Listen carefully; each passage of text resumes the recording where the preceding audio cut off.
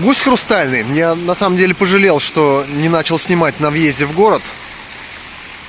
Кто соскучился по 90-м, welcome. Вот это вот рынок.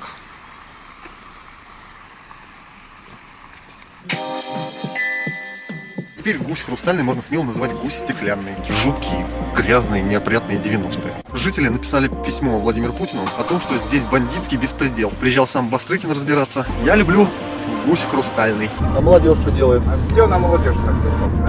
Вот эти развалины свинарника, а французы были в шоке. Это они еще основного дворца не видели. Тут даже дорога к нему идет, как в 90-х. В Подмосковье мы, конечно, и в Москве зажрались. Привыкли к хорошим дорогам. Здесь вот как-то все так.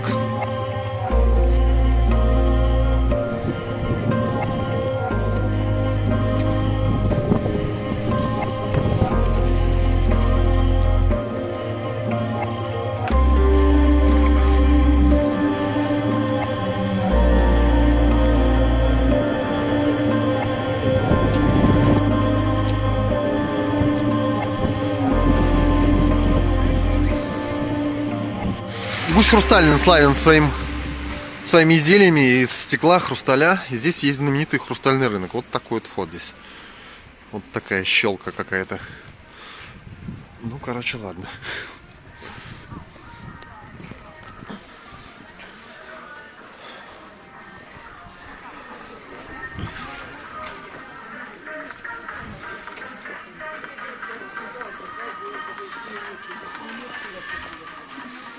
В общем, тут все в люстрах. Вот таких все в блестюлечках.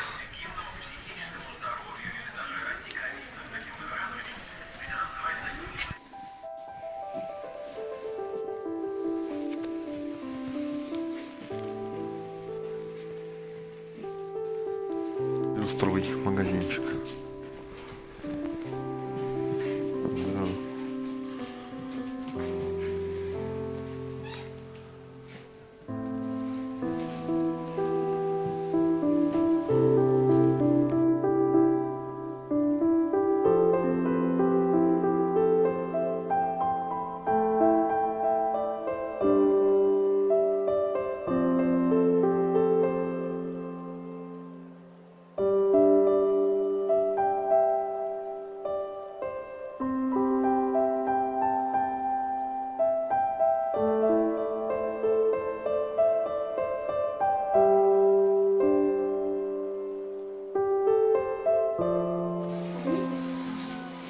Там магний 80 рублей тоже. Нет, с быком.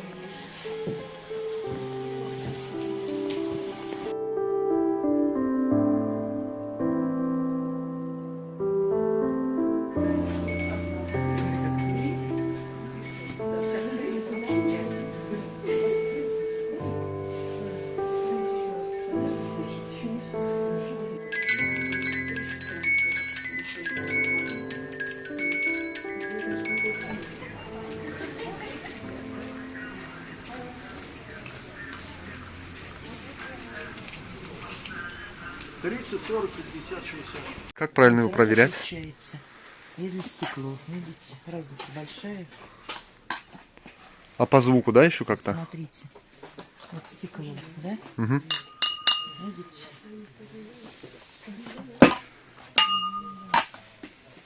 И хрусталь. Звук слышите какой? Спасибо. Это все здесь, да, в гусе производится? Хрусталь сейчас не наш. Хрусталь сейчас гусей не делают, да? Ну делают, но Ограничено.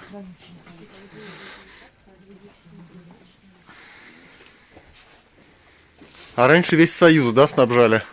Раньше весь Союз снабжали.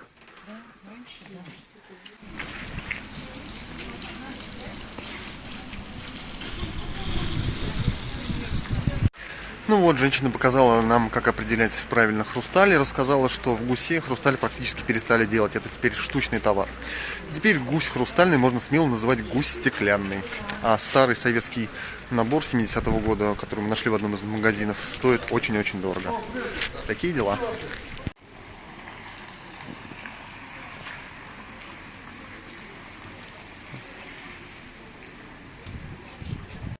Я же говорил, что я, в общем-то, в принципе, не собирался сегодня здесь снимать видео, хотел просто пофотографировать. Но в итоге снимаю, потому что вот таких 90-х я давно не видел. Просто жуткие, грязные, неопрятные 90-е.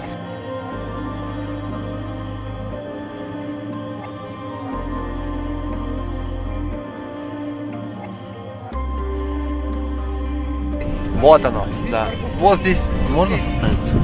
Давай здесь поставимся. О, отлично. О, я люблю гусь хрустальный. О, это мы прям вовремя.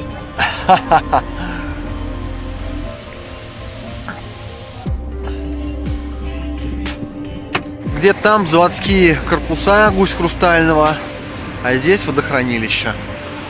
Кстати, оно льдом покрылось уже. Я люблю гусь хрустальный. Гласит здесь надпись. Вот такая вот набережная. Ну, лавочки стоят, ладно.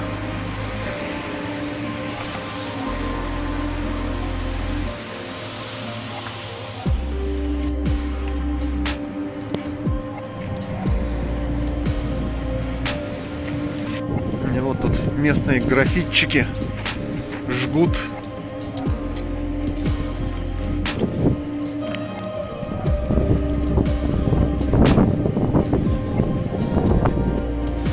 Ну, не Бэнкси, конечно. И не Милк Егорьевский, да. Но что-то вот добро. Да. Добро здесь должно быть, мне кажется, с кулаками.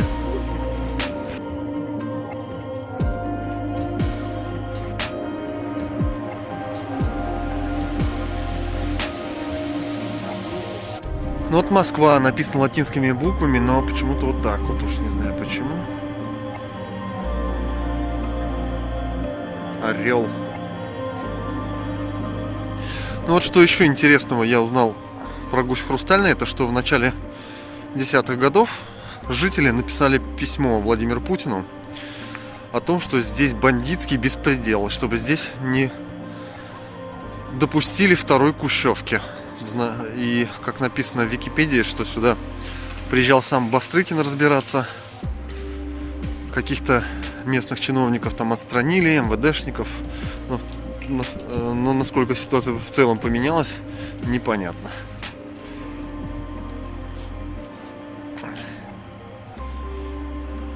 Такая набережная.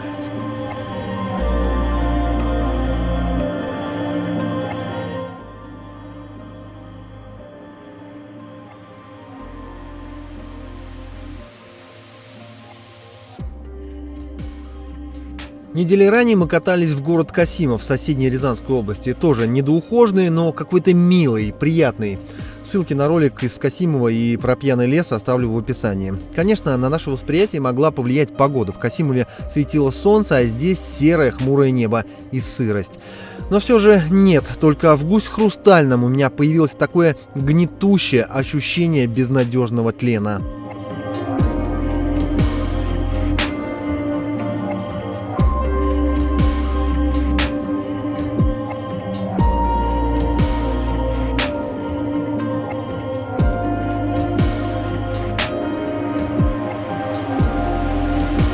Вам лучше вон где-нибудь вот. А расскажи, что было в этом здании-то раньше?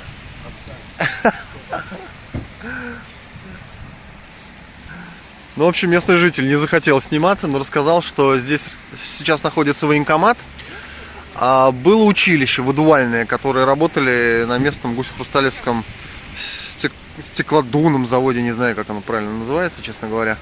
Ну, стекольном заводе. Сейчас здесь военкомат. Половина здания явно нежилое. Здесь вот такие грустные райончики какие-то, такое вот все. И вот фотографируется тут. Ну, тут видно какой-то старый район, но дома, похоже, вообще не жилые. Все очень развалено выглядит. Завод Мальцев. Мальцев — человек, который основал стекольный завод здесь. Он бы, наверное, взгрустнул, если бы сейчас увидел свой город.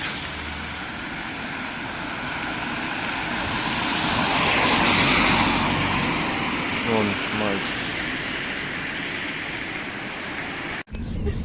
Да. Да, нам надо уже ехать, а то мы не успеем. А едем мы куда? Муромцево. Что там? Усадьба? Крутая? Да. О, скейт-парк. Скейт-парк. Сейчас приезжали. Мне кажется, не хватает кого-то в этой машине сейчас. Кого-то? Кого-то, кто скажет, остановись! Сейчас приезжали в Центр культуры и досуга, там без крыши, что-то там все погоревшее. Ну, в общем, да, мы отсюда сваливаем и вообще без сожаления как-то. Абсолютно мы сваливаем с радостью. Со словами «наконец-то». Несчастные люди, а? Кто здесь живет, а? А вот это вот более культурный центр. А вот это какой? О, Вот она, красота. Все горелое какое. А вот это город гаишников? Ой, сейчас откроем окно, чтобы получше видно было. Ну да. современное дело. Я считаю, что это вот здесь вот вырастят гаишники. Вот в этом городочке Да. тренировочный. Дворец молодежи, хрустальный. Не знаю, насколько он, конечно, хрустальный. О.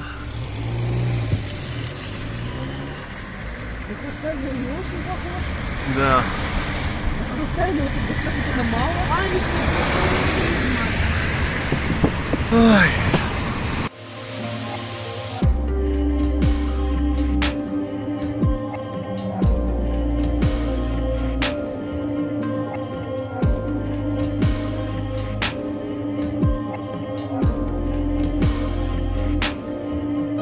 Живописной дорожкой едем в сторону Владимира. Не доезжая древнего города, нас ждет кое-что интересное. Пролетаем полупустые деревеньки и городульки с необычными названиями.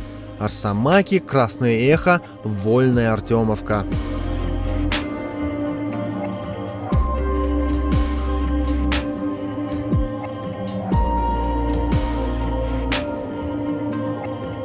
Рядом с Вольной Артемовкой подбираем местного жителя. Мужичок лет 70. Сигареты кончились, а в родном селе и купить негде. До ближайшего магазина аж 15 километров. И в Тававку ездит раз в неделю в деревню. И что же, вы пешком ходите все? Да вот сигареты кончились, надо вот на бег ехать с сигаретами. А чем люди тут занимаются? Есть где работа-то? Так, а где? У нас и нет никого в деревне вообще. А молодежь что делает? А где у нас молодежь на Белковке? Уехал отсюда все, да? Да, конечно, только вот летом тут дачники вроде. А так в деревне тут на зиму тут остается вот я с Соснохой живу в середине. На одном краю старушка живет 94 года на Белковке. И на другом конце тоже, ну ей поменьше, 82 на. И все, еще. вся деревня, молодая еще. Что-то мы там смотрели, там завод стекольный, да? Он работает еще? Там, я не знаю, вообще работает он, нет, что-то ее и прикрывали, и открывали. Там. У нас вот зато стройка вон идет какая на кругом. Стройка? Да. Вот я сейчас там вот здесь охранником работаю, в охране. А что строят-то? А здесь будет дорога на Казань, 4 ветки. А-а-а. 2 туда и 2 на Казань ветки пойдут и 2 на Москву. Москва-Казань. Может, оживет место-то, да? Да, тут начнется сейчас на Белковке. А там у нас уже вот здесь делают сюда к лесу, вот где я сейчас в охране, там общежитие уже делают на 300 мест, на 300 человек. Это должны приехать с Крыма. Вот тут вот строители на дороге. Крымские приедут тут делать. Понятно. Большое общежитие делают. А вы здесь всю жизнь прожили-то? Кто, я? Или приезжий? Нет, я здешний, местный. Это, Местный наверное, Жуковский. Вот они говорят, скоро деревня Жуковка у вас, говорят, тут не будет. А будет, говорят, поселок Жуковский. почему? А вот настроят, сейчас будут тут все строить, что идет на Белковке. Все, я понял. Смотрим, едем, тут деревни почти все запустелые, но здесь еще, смотрю, нормально. Да где, что, тут тоже человек, наверное, 4-5, наверное, что ли, тут 5 домов, наверное, жилых тоже в Бережках. Сестра у меня двоюродная здесь живет в Бережках. Здесь заброшенные все, да? Все, вот не дачники, только летом. Ну хорошо, хоть дачники приезжают, а тут совсем Ну, да. пусто. А уезжают куда? В Владимир? Или куда дальше еще? Кто куда? Я тоже, по идее, тоже уезжал. Я в Владимире так-то работал тоже. Ну, на пенсию как ушел. Кем работали? Я Да. оперуполномоченным. Да вы что? Ого! Опером работал. Ну, говорят, советский год полегче было, да? Конечно, Чем полегче щас? на пер. Сколько отслужили? 25. 25, да. Здесь, по району или во Владимире В все? Владимире. В деревне, наверное, благодать, что тут, пьяниц, небось, на Да, я хулигане. как выработал вот выслугу свою, как говорится, и ушел сразу на пер. Это в каком году-то вы на пенсию ушли? Я ушел в 97-м. Лихие 90-е. Еще лет 90-е застали, да?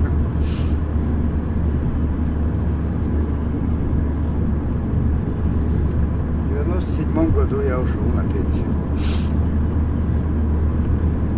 А дети? Сын во Владимире в милиции тоже работает, тоже офицер. Он мне в ведомственной охране работает. Ну, они ж- Приезжаете? Редко, ему все некогда. Он в Москве это, учится заочно еще на филфаке. Заканчивает там академию, что ли. Да, далеко вам за сигаретами-то. Вот сейчас отсюда опять буду голосовать. Ну, а чё Пойду ж делать? потихоньку пешочком, что-нибудь догонит на филфаке. А вам в какую сторону? Мне сейчас, я скажу, чуть подальше сейчас установите.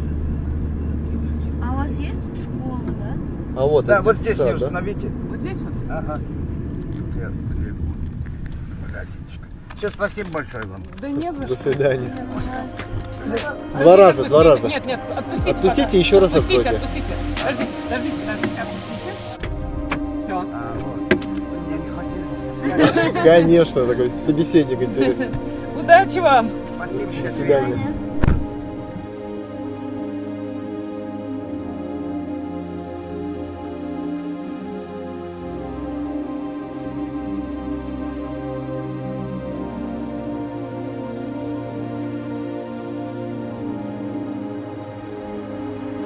Въехали в городок Судогда называется. Вот такой цивильненький, конечно, старенький, но, блин, в сравнении с Гусем просто, не знаю, райское место. Какое-то предприятие у них тут тоже, похоже, работает. Все чистенько, как так, ухоженненько.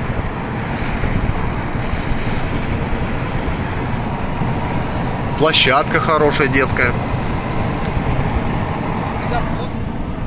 Вот, смотри, Ледовый дворец даже есть. Вот я тебя понимаю. Кто такой Рагулин? Рагулин известный хоккеист очень. Он родом из Судогды? Не, ну вряд ли. А почему ты так? Не знаю. А может быть из Судогды. Надо, кстати, посмотреть, где он родился.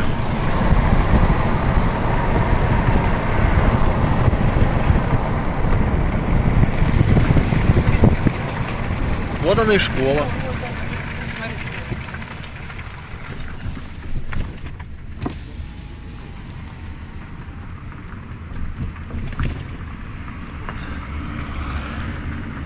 Красный химик. Микрорайон Красный Химик. Тут даже микрорайон.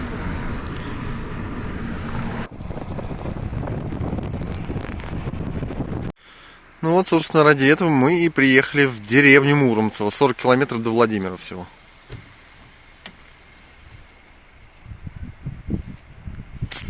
Конечно, вообще очень красивый комплекс.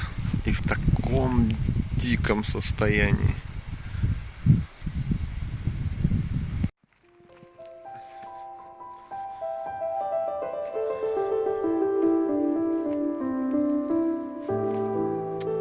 Такая вот.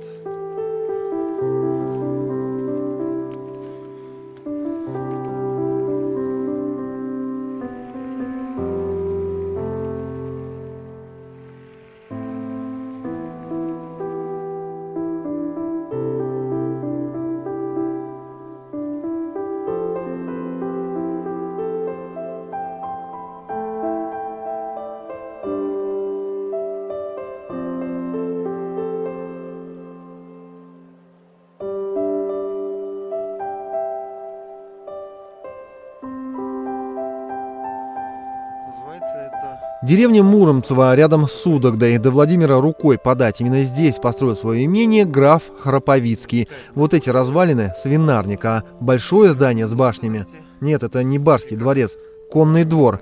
Кажется, люди у нас всегда хуже зверей жили. Федеральной собственности находится оно вот в таком ужасном состоянии. И пока это все окончательно не стало рушиться, конечно, с этим надо что-то делать. Есть версия, что такой дом для лошадок Владимир Храповицкий построил по подобию дворца французского вельможи, чем-то задевшего самолюбие гусарского полковника. По другой, после спора с друзьями во Франции, вроде как бахвалился, что построит в России готический замок не хуже знаменитых луарских. Позже привез этих самых друзей сюда, в Муромцево, и после восхищения заявил: «Здесь, господа, живут мои лошади». Французы были в шоке. Это они еще основного дворца не видели. Перекрыли, ну хотя бы перекрыли. Чтобы алкаши, бомжи, наркоманы здесь не тусовались.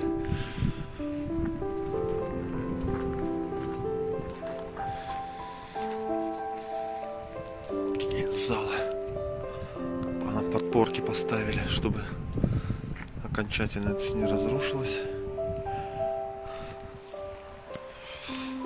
Похоже, главный вход был.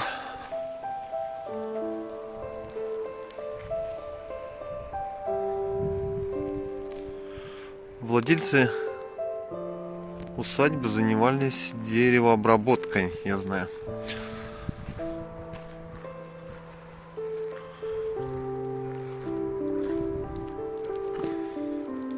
Перенимали иностранный опыт, занимались этим очень серьезно. И здесь был, помимо этого комплекса, был еще парковый красивый комплекс.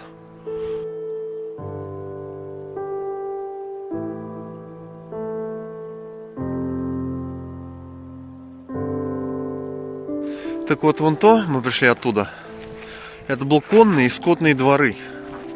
А главное здание вообще не здесь, а вон оно. Проходим мы через парк и подходим к главному зданию. Там какой-то памятник, очень интересно, что это. Пойду посмотрю.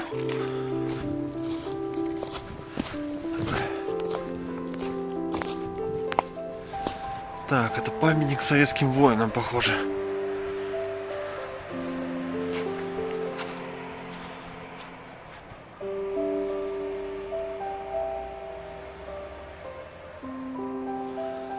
Преподаватели, рабочие и служащие Муромского лесотехнического техникума, погибшие в годы Великой Отечественной войны.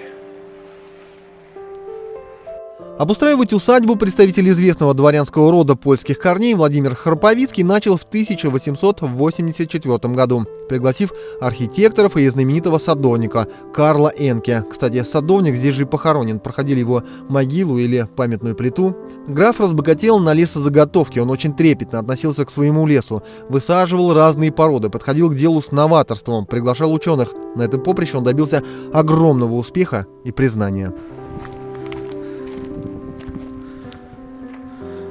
В 1913 году Владимир Храповицкий, будучи предводителем губернского дворянства, сопровождал императора Николая II в его поездках по Владимирской губернии по случаю 300-летия династии Романовых на российском престоле.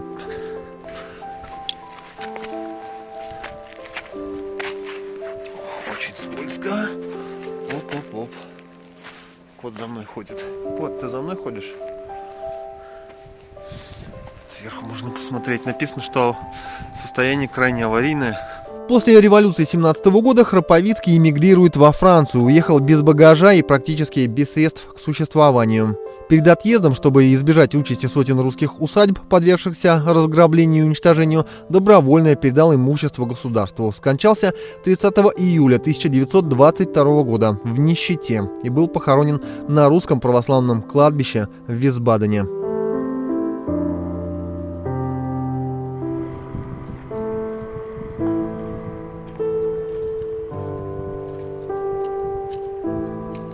В 1921 году в здании дворца был основан лесной институт, преобразованный в лесной техникум. В 1977-м учебное заведение покинуло дряхлеющие стены. Теперь главный дом находится в печальном состоянии. Туристов не пускают, опасаются обрушения. Здесь были каскадные пруды, сейчас какой-то мостик и озеро.